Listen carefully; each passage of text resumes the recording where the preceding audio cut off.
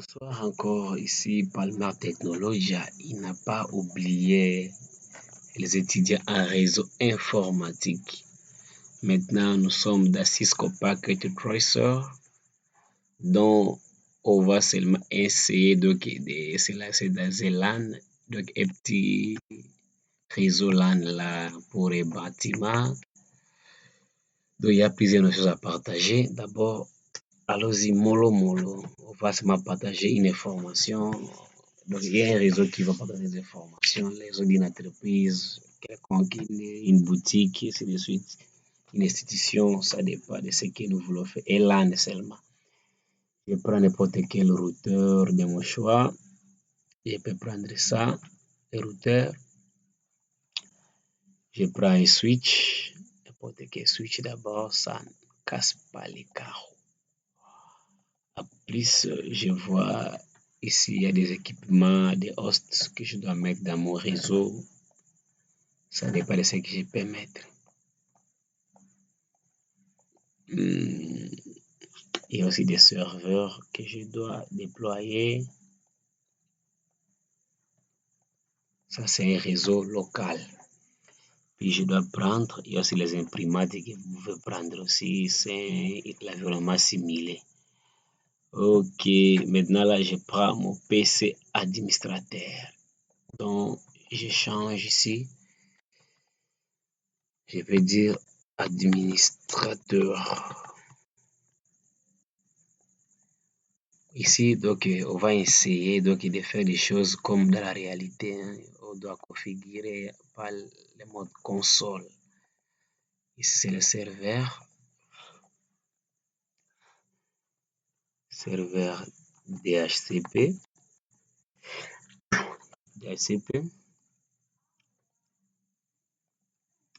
Ici, le serveur. Tendons, serveur DNS qui attribue des noms de domaine. Puis, lui là, c'est le serveur web d'une entreprise. Ici, les autres là aussi, on peut les configurer, les mails, ainsi de suite. D'abord, limitons-nous là. C'est une série de formations. D'abord, aujourd'hui, on commence par là. Le routeur, puis on va prendre le câble. Je vais prendre le câble droit. Il y a l'interface gigabit 00, ça dépend même l'interface fast, ce que vous pouvez prendre, ça dépend rien que de vous. Là d'abord la connexion ne passe pas. Je peux prendre, ok, les ports 2, l'interface fast 3, tout ce que tu peux prendre, ça dépend de vous. Ok, puis ainsi de suite. Je peux configurer mes équipements ici, ça et là. Ok, nous sommes là. Je peux pas même ça dépend de ce que je vais faire. Donc vous allez voir, là c'est la configuration de la topologie en étoile, quoi. Oui, la topologie en étoile qu'on a utilisée pour déployer notre réseau LAN. Puis, ok, maintenant là, nous avons configuré le routeur, donc l'attribut de l'adresse du réseau. Je peux dire, bon, je lui donne un réseau là que je vais de la classe 1. .200.1.0 par exemple, barre 24. C'est l'adresse du net.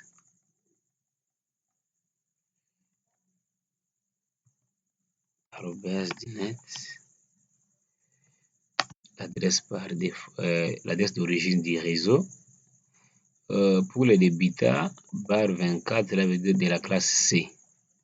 Si barre 16, classe B, et ainsi de suite. Classe 8, classe A, le bar 8.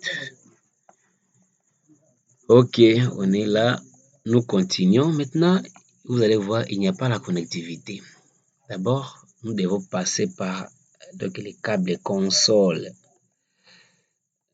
Le CIC RS232 là, puis je prends sur mon routeur. Je viens sur câble console. Ok. Nous sommes là. Rien ne peut passer pour l'instant. Nous devons d'abord attribuer l'adresse à ce routeur.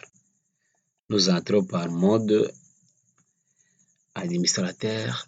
Nous passons dans desktop. La machine peut avoir une adresse IP du réseau ou pas. Lui, il va configurer parce que c'est branché par les câbles console. On va entrer par le terminal. Hein. OK. Donc, nous faisons comme si nous sommes dans un environnement réel, dans le monde réel. OK. Maintenant, là, nous configurons le routeur. Enable, config terminal. Nous sommes déjà dans les routeurs. Maintenant, je peux changer d'abord le nom du routeur. Je peux dire routeur. Je peux dire R central, par exemple. Routeur central. Ce que je peux dire, ça dépend de moi. Maintenant, j'aimerais activer l'interface gigabit. C'était 00. Il faut se rassurer. Il faut voir quelle interface. Gigabit 0/00.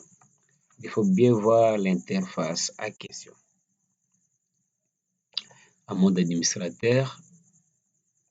OK. On était là. Puis je vais dire int. Donc, interface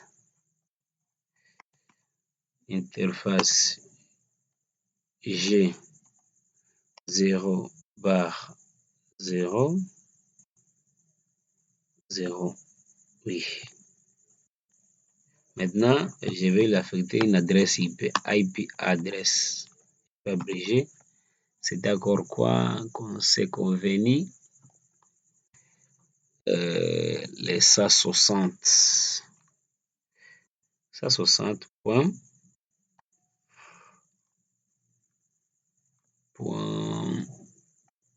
Ici, j'ai remonté P. 60.200.1.1. Là, c'est l'adresse. Maintenant, les masques des sous-réseaux. Subnet mask. Puis, OK. 0. 3 fois. Ça, c'est barre 24. Si vous additionnez les octets 8 et 8, 8,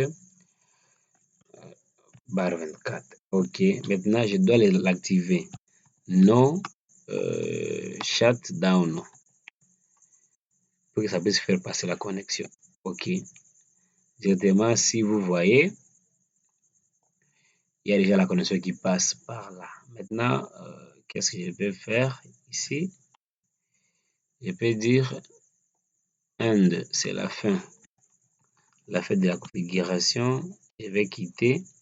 Je peux voir aussi les configurations que j'ai fait. Show running config.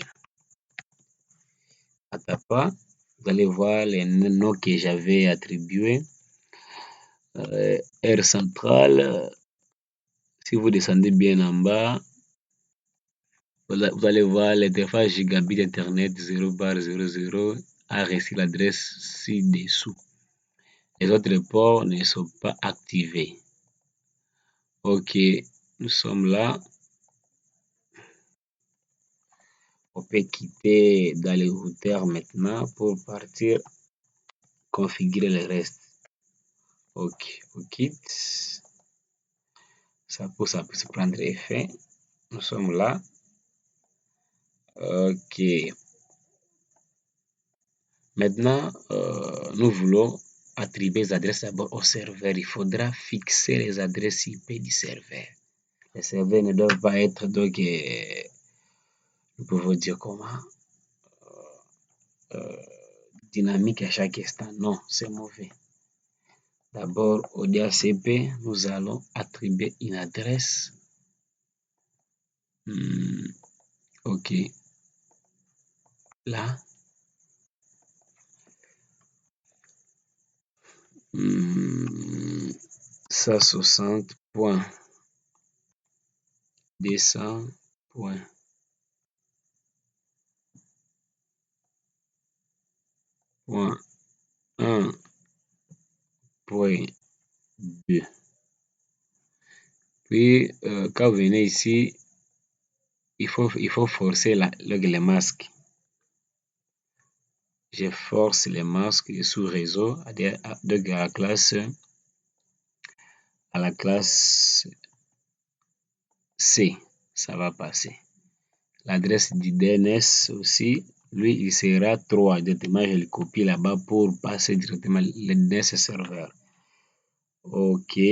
Une fois le mettre, puis je peux top, c'est pour que ça puisse prendre les modifications. Nous avançons. OK. Maintenant, l'adresse du serveur DNS aussi, mêmement, nous venons configurer. Bon, ici aussi, comme c'est déjà existant,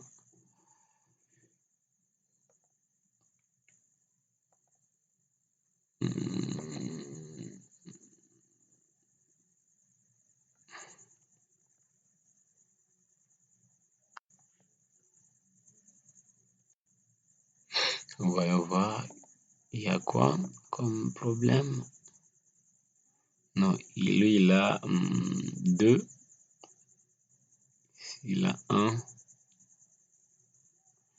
2.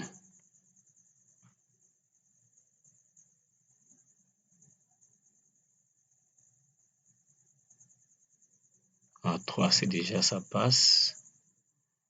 L'autre n'a pas compris de l'adresse.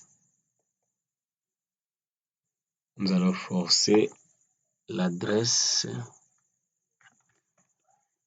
à la classe C.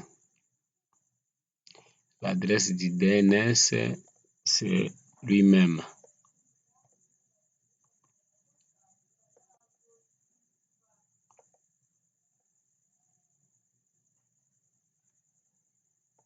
OK. Nous passons le serveur web. Ici, le serveur web aussi, on doit lui attribuer l'adresse IP.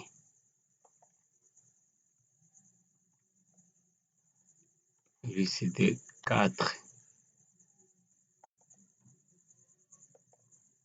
Nous devons forcer l'adresse aussi, le DNS. Nous devons le mettre là.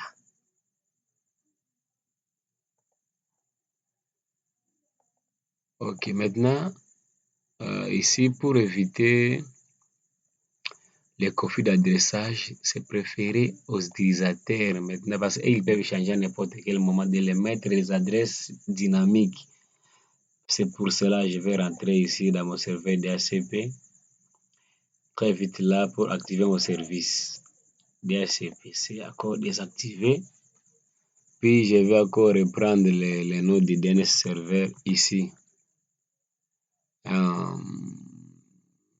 Les premières adresses, je peux dire bon, ça va commencer par 10.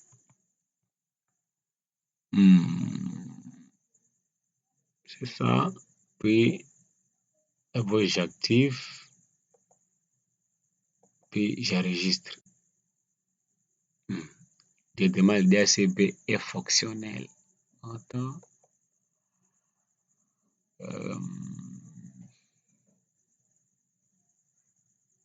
On peut voir à partir d'ici. Non. On peut venir ici. Nous disons à partir de 10.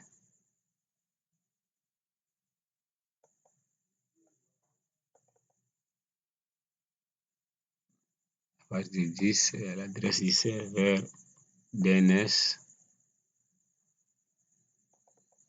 partir de 10 que nous voulons que ça puisse être. D'abord, nous l'ajoutons en temps. On va seulement faire le save. Ok, c'est ça, il a pris effet. Puis, une fois activé, directement, nous venons ici. Ici, ces équipements n'ont pas d'adresse. Directement, nous le faisons passer par le DHCP. Il va prendre automatiquement les adresses qui ont été configurées directement. Ça prend. OK.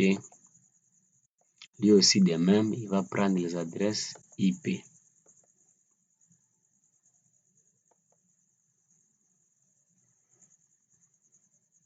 OK, il prend aussi.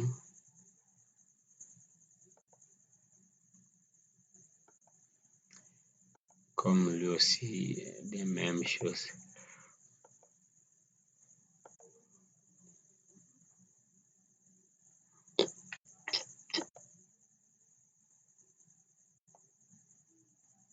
Puis l'imprimante à question aussi, on peut les configurer.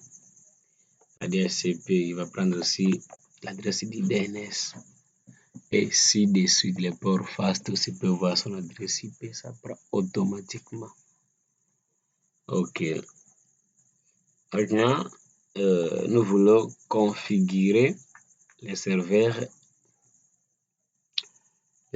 web. Lui, le serveur web, c'est l'adresse là. Donc, ça permet aux utilisateurs de l'entreprise de se communiquer dans leur site, le site de l'entreprise. Je prends mon browser. Patientez un peu.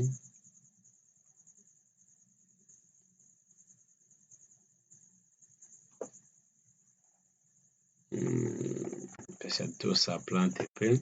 OK.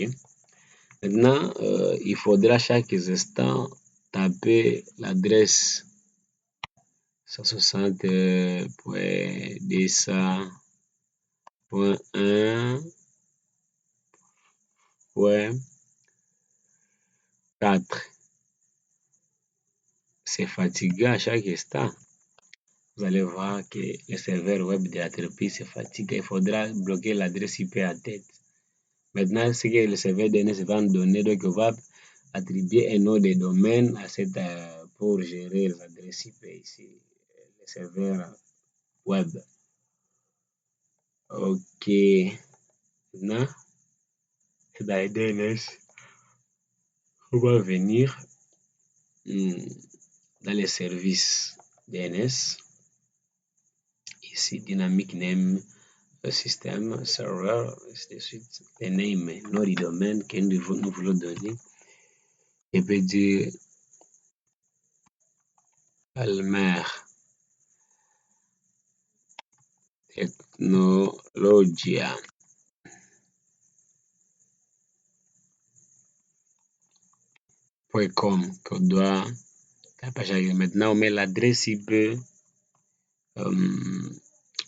l'adresse IP de notre serveur web.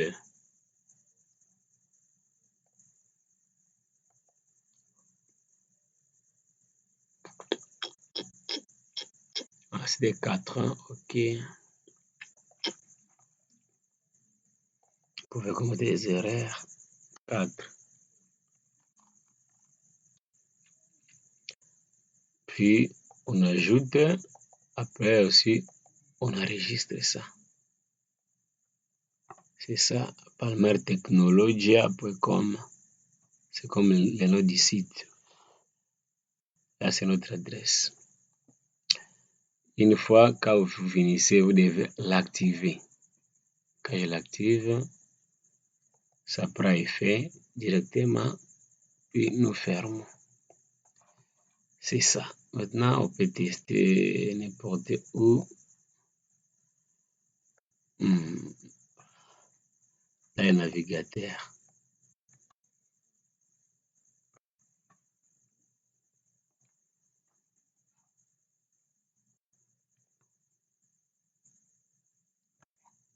patienter un peu. Hein.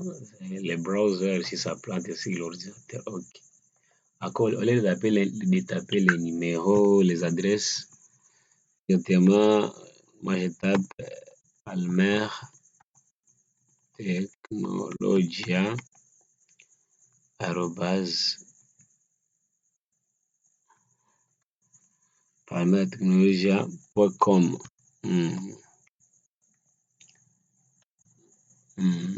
Ok, nous sommes là. Le serveur web opère même aussi les modifier certains fichiers dedans. Si vous y connaissez mieux, on appelle ça quoi?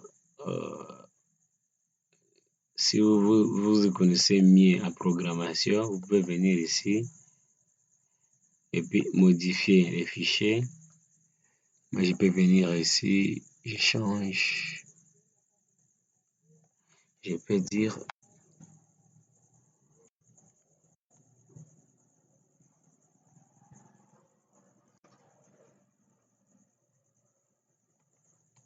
Palmer Audia.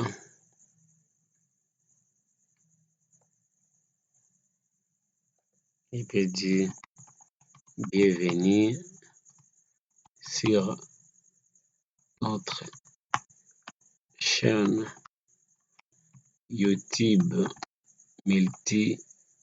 multidomaine.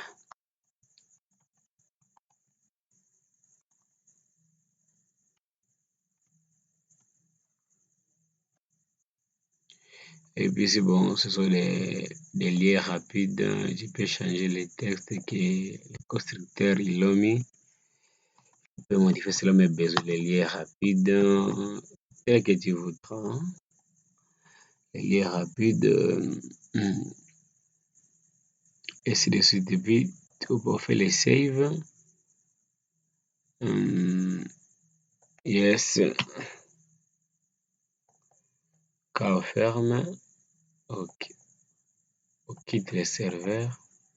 Si on revient encore sur le PC ici, vous allez voir si on essaie d'actualiser, c'est Palmer Technologia.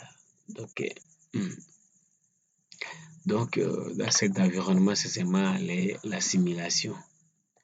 La simulation, ce n'est pas vraiment un monde réel. Hein? L'image, vous pouvez voir tel que tu veux. Ici, il n'y a pas de contact avec le monde extérieur. C'était presque 100 pour ce tutoriel pour les débutants. Je dis bien les débutants en programmation, en réseau informatique, et ainsi de suite. Puis nous fermons. OK. Nous vous remercions pour votre attention. Si vous ne testez pas, c'est pas là, ça va marcher de pair et de même aussi. La prochaine vidéo, nous allons parler sur le VoIP et le TOIP. Merci, à bientôt. C'était Palmer Technologia.